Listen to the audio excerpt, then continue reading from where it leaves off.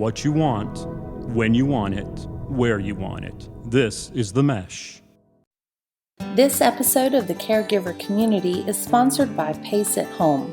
During this uncertain time, Pace at Home is enrolling participants who wish to continue to remain at home. Partnering with families, Pace at Home provides caring medical support for all of our program's participants.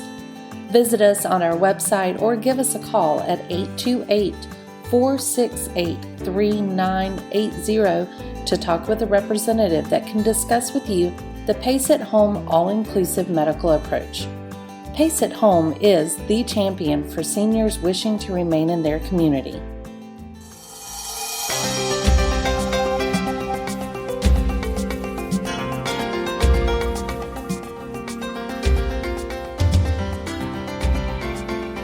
Welcome to the Caregiver Community.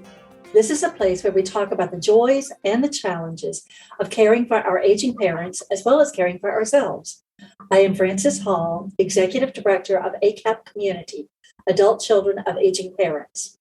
There are now an estimated 20 million adult children in the United States and many more millions worldwide who are caring for aging parents and are concerned about their own life as they age. In this podcast, we are talking about difficult parent-adult-child relationships. Dr. Jane Everson, my interviewee, is a project principal investigator at the University of South Carolina School of Medicine. Dr. Everson's Ph.D. is in urban services from Virginia Commonwealth University, and her undergraduate and graduate work were in special education and counseling. Her work in the disabilities arena has lent itself well to her role as a caregiver and advocate for her parents as they have dealt with issues related to aging. Full transparency.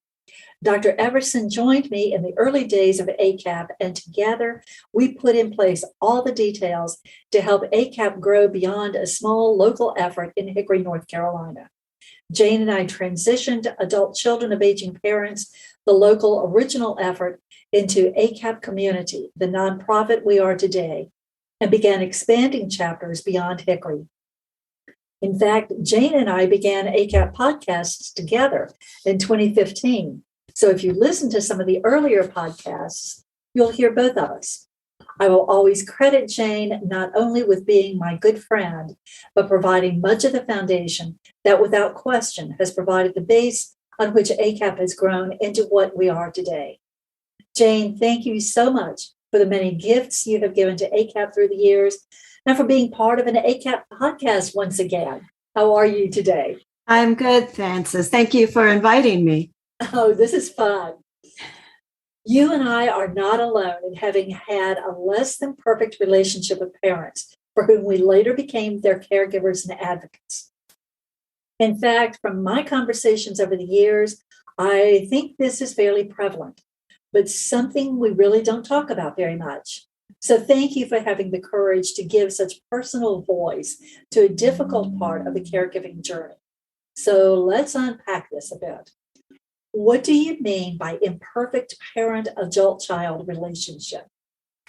I think that's a good place to start, Frances. When you first asked me to do a podcast on this topic, I think you used the adjective difficult, and you use that to describe the complicated relationships that I think you and I and many adult children have with one or more of their aging parents.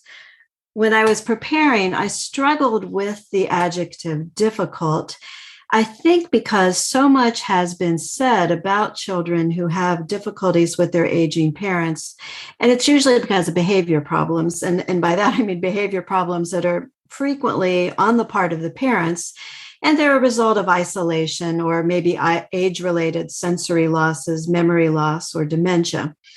These conversations usually feel to me like they describe difficulties that are primarily a result of the parents' age-related traits.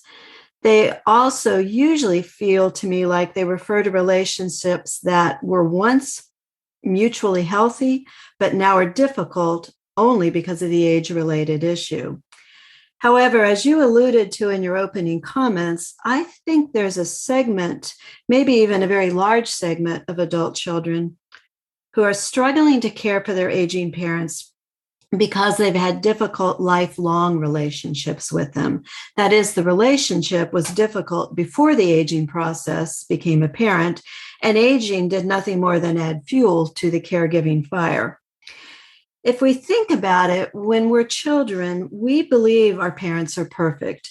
In fact, most developmental psychologists agree that it's sometime in early adolescence that we realize that our parents are human. That is, they're not perfect. Indeed, most of the time, we often conclude they have lots of flaws. As adults, we look back on our childhood, and I think we forget this childhood conclusion. Instead, we look at our parents and we have a tendency to view them in the hindsight as having either been good parents or bad parents. That is, we tend to categorize our relationships with them in a very dichotomous way. We see our parents as either being good or bad, and so our relationships with them are either good or bad. But in reality, I think the vast majority of adult children in parent relationships fall somewhere in between good and bad. So for me, it's helpful to envision a continuum where one end is labeled good, and good is defined as nurturing and loving, and the other end of the continuum is labeled bad, and bad is defined as abusive and neglectful. I think most parents land squarely in the middle somewhere. I think many of these parents aren't good or bad, but they are imperfect. And I want to clarify here that I think imperfect parents are those who impact the relationship in unique and damaging ways, but they don't seriously damage the child. Abusive and neglectful parents harm both the child and the relationship. And I think that's an important differentiation. Jane, say that again, because I think that is really important. Say that again. Yeah, I think that imperfect parents impact the relationship you have with them and they with the child, but they don't seriously damage the child. Whereas abusive and neglectful parents, they damage both the child and the relationship. And you're talking about a child, like a younger child, not the adult child, but when we are younger, right? Oh, I think the adult child as well. I think within us, there's still that little child who is looking for their parents to be perfect. And while we as adolescents acknowledge that, well, of course they're not perfect, no one's perfect, I think as our parents age, we fall back a little bit into that wanting to have a perfect mom or dad. So when I talk about imperfect parents and imperfect relationships, think about yourself and think about your parents. They have personality traits, they have parenting skills, they have marital expectations and experiences, and then they have their own parent-child experiences, and they bring all that to their parenting obligations. The result is something that's unique and generally imperfect. These imperfect relationships will shape the children as they grow into adults. And so, of course, they impact the relationship that the adult child will have with them as caregivers. Gotcha. Yeah, whether we are the adult child or the parent or anybody, we bring all that has been part of that historical relationship into the caregiving scenario. Indeed, we do. And I don't think we stop and acknowledge that frequently enough. Right. Absolutely. That's some really important distinction and some really important understanding, just sort of a framework for what we're talking about. Right. What prompted you, Jane, to decide to be your mom's and your dad's caregiver and advocate? I think for me, the caregiving decisions truly began when I realized that neither of my parents was perfect. And that was years in the making. My father was a severely depressed alcoholic. He was frequently angry. He was very disconnected from his wife, my mother, and my brother and I. My mother was, and in fact, she still is, an anxious and very critical woman who uses manipulation and guilt to manage her relationships. But my father was also, according to his former students, he was a teacher, He was considered to be an excellent teacher, and his brothers and his nephews loved hunting and fishing with him and tell many stories of wonderful times they had. My mother is also a fashionista, and even at age 89, she is truly one of the most intellectually curious people I have ever met. I would describe both of them as good people, but they're definitely imperfect spouses and imperfect parents. When I accepted this, when I realized that they really were imperfect, but not abusive and neglectful, the caregiving decision process for me began to evolve. I definitely did not wake up one day and make the decision to be their advocate and caregiver. But as they aged, as they needed more support, I began to, sometimes reluctantly, offer more and more advocacy and assistance. And I want to emphasize, I didn't do this out of guilt or duty, but really out of genuine concern and compassion for them as imperfect humans. In my father's case, caregiving was very different from my mother's. It was sudden and brief. It was the result of a short-term prognosis with congestive heart failure. It resulted quickly in a heart attack and his death. I was a cheerleader for him during his hospitalization. I was a cheerleader when he was moved to a nursing home for OT and PT. And I also led the charge for state-imposed nursing home neglect citations on his behalf when he died suddenly as a result of neglect. I felt compassion for him, and I wanted him to have a quality and respectful caregiving experience. But along the way, something happened that I've really never forgotten, and I wrestle a little bit with it. When he was in the hospital, a surgical nurse, actually, she didn't ask, she demanded that I tell my father I love him and to give him a hug before they administered anesthesia. Her comments were really very troublesome to me because in my memory, my father had never said he loved me. He'd never hugged me, and I'd never said I hugged him or loved him.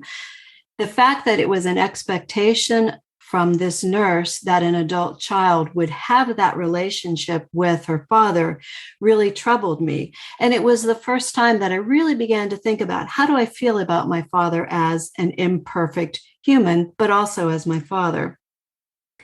With my father's death, caregiving with my mother took on more time-consuming activities.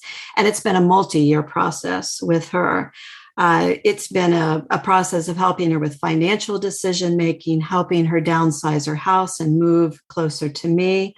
It's more recently included a lot more time with transportation and medical appointments and medication monitoring, helping with her house maintenance, and just generally cheerleading and companionship with her. As she ages, as her needs intensify, she's become more demanding. She's become more critical. And I think that's because she's struggling to maintain control of her life. And I had a similar experience with her. Recently, she was in the operating room, also being prepped for some fairly serious surgery. And she said to me, I want to tell you something in case I don't make it through this surgery. And what she said was, I want you to adopt my cat. And even though even though she, like my father, had never in my memory said, I love you, I was still astounded that those would be potentially her last words to me. So I think one of these examples is bittersweet and the other is humorous, but I think they're characteristic of imperfect relationships with imperfect parents. You know, when you're talking about that, I remember a conversation that you were telling me about your mother's last words about the cat. And I can't help but remember, and I think I shared with you, that as my mother was writhing in pain with a heart attack, and at 96, as the doctor says, it's never good to have a heart attack at 96. Yeah. But I remember as she was in the midst of a heart attack, she said, get that thing. And she was talking about my iPad that I always had with me because it had all kinds of details about her care and medication and, history and all of that kind of stuff. And so rather, kind of like your mother, rather than saying anything about, I love you, thank you, any of that, after I have been effusive with that, because that was my relationship with my mother. Right. But my mother said, now I want to give such and such item to so and so, or make sure that your brother gets such and such, and make sure that his wife and your husband get such and such. About my husband, it was just comical. Yes. And at the same time, just this astounding what goes through their minds is just so different from what we expect Right. At that point. Well, I think we still expect to have that perfect parent relationship where our parent is parenting us. And there's just that child experience within us that still wants that, no matter how many times we've been knocked down. Good point. And similar in all of that, to reach the point that we really can recognize and acknowledge and be okay with the imperfectness of our parent is a real healing for us to be able to be there. Indeed. Yeah. So Jane, how did you reconcile, given the dynamics of the relationship between you and your father and you and your mother, how did you reconcile being involved with their care when that relationship was not the best, through the history? Mm-hmm. Well, I think that as I accepted that I wanted to take on the role of being their caregiver, and again, I said it was somewhat reluctant, and over a period of time, I was by that point in middle adulthood. So it meant that I'd spent a lot of years being angry and resentful and hurt and lonely, but feeling unable to completely disconnect from my parents because I think I still wanted them to be perfect. I still wanted them to at least be better parents. I remember as other friends were dealing with their aging parents, I remember being in awe of those who would tell me how much they missed their mother years after their death. And I remember envying those who said, oh, gosh, I miss my father so much because he was always there as my greatest champion. I just can't really imagine what that kind of relationship feels like. But when I was able to acknowledge that they were imperfect, but not abusive or neglectful, I made a decision that I could either disconnect or accept them as they are. And I want to be clear here. I don't judge anybody who makes the decision to disconnect from their parents. I think that's a personal decision. I know people who have done so. And I would say their parents were probably less imperfect than mine, but their decision was their decision. I also don't expect any accolades for what I have taken on. I think everyone has to make their own decision. But for me, it really was deciding that they are far from perfect parents, but also acknowledging that I think they do love me and my brother in their own imperfect ways. And of course, as an adult, it's also been all too apparent to me that I'm also far from perfect in my roles and my relationships. So as I acknowledge their imperfectness and mine, I have chosen, at least on my better days, to embrace compassion and patience and humor and resilience instead of anger, resentment, impatience, and loneliness.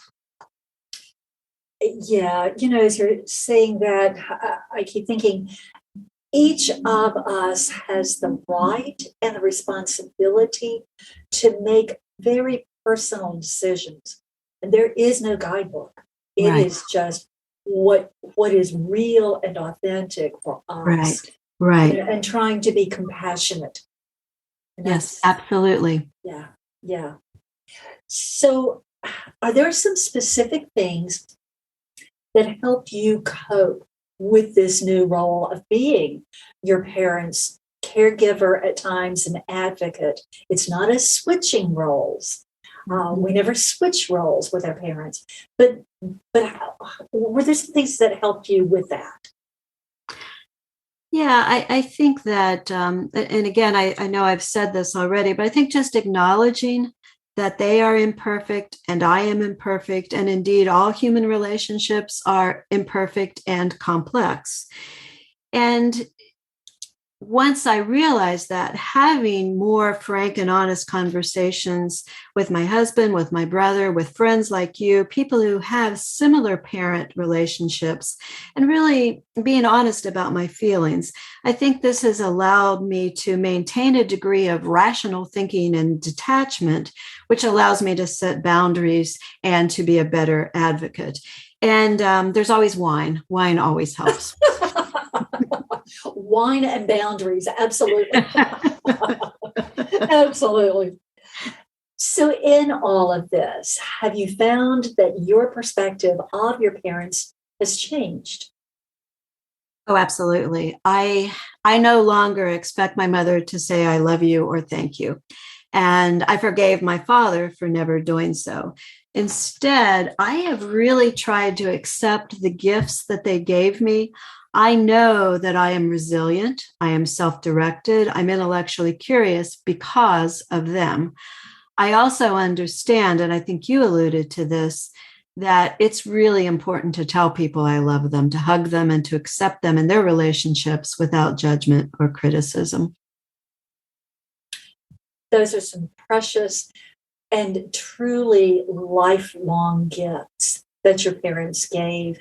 And that because of what you both got and didn't receive, that you've made some decisions and have kind of formulated who you are and how you want to be. That's really important stuff. So before we end, any final thoughts, final insights that you may have for others, words of wisdom? Yeah, I think if you listen to other podcasts or read any materials, they'll give you lots of guidelines for caregiving. And these all apply even when you're talking about relationships with imperfect parents. But I think there are a couple of things that might be characteristic of this kind of relationship that may be helpful. And the first one, as I said earlier, is really just to take the time to dissect and acknowledge the relationship you have with your parents without feeling bound by those categories of good or bad. And this for most people, for me at least, could take months or even years. And you may benefit in doing this dissection by counseling and peer support.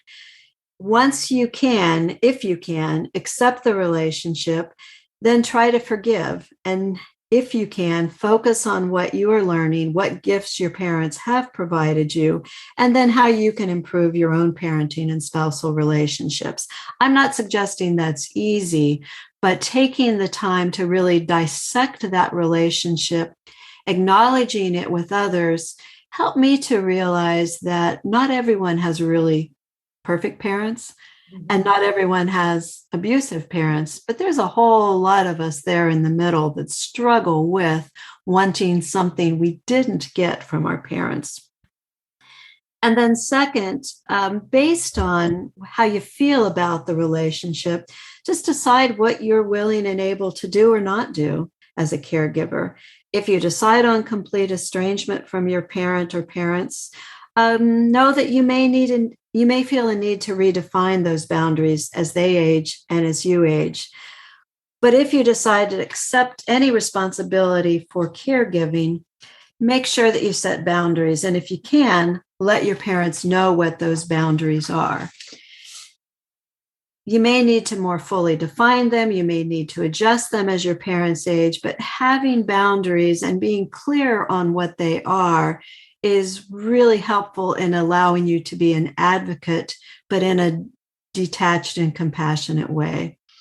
And then finally, whatever it is you decide to do, don't judge yourself, don't judge others for the decisions they're made, and don't ever feel the need to explain or apologize for the decisions you're making. Just do what you can, but know that you're doing it with the tools and the gifts that they gave you. And again, it's that each of us has the right and the responsibility to make decisions based on what we really believe is healthy and best for us, as well as for our parents. Absolutely. And that can be difficult at times. So yeah. It can be very difficult. Yes. Yes. Taking the time to really unpack all of that really does help. And that's a tall order when you're in the middle of it.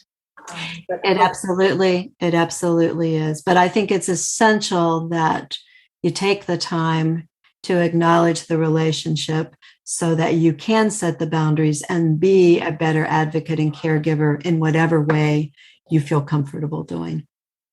Right. Absolutely. Absolutely. Jane, thank you so much. This is like a continuation of so many conversations that you and I have had through the years. But even if the details are different, I suspect there will be lots of people who truly identify with the story and with what you are saying, the guidance that you're giving, and will find that the insights are really helpful. I certainly hope so. I hope so too. Thank you to you, Jane. Thank you to all of you who are listening to this podcast.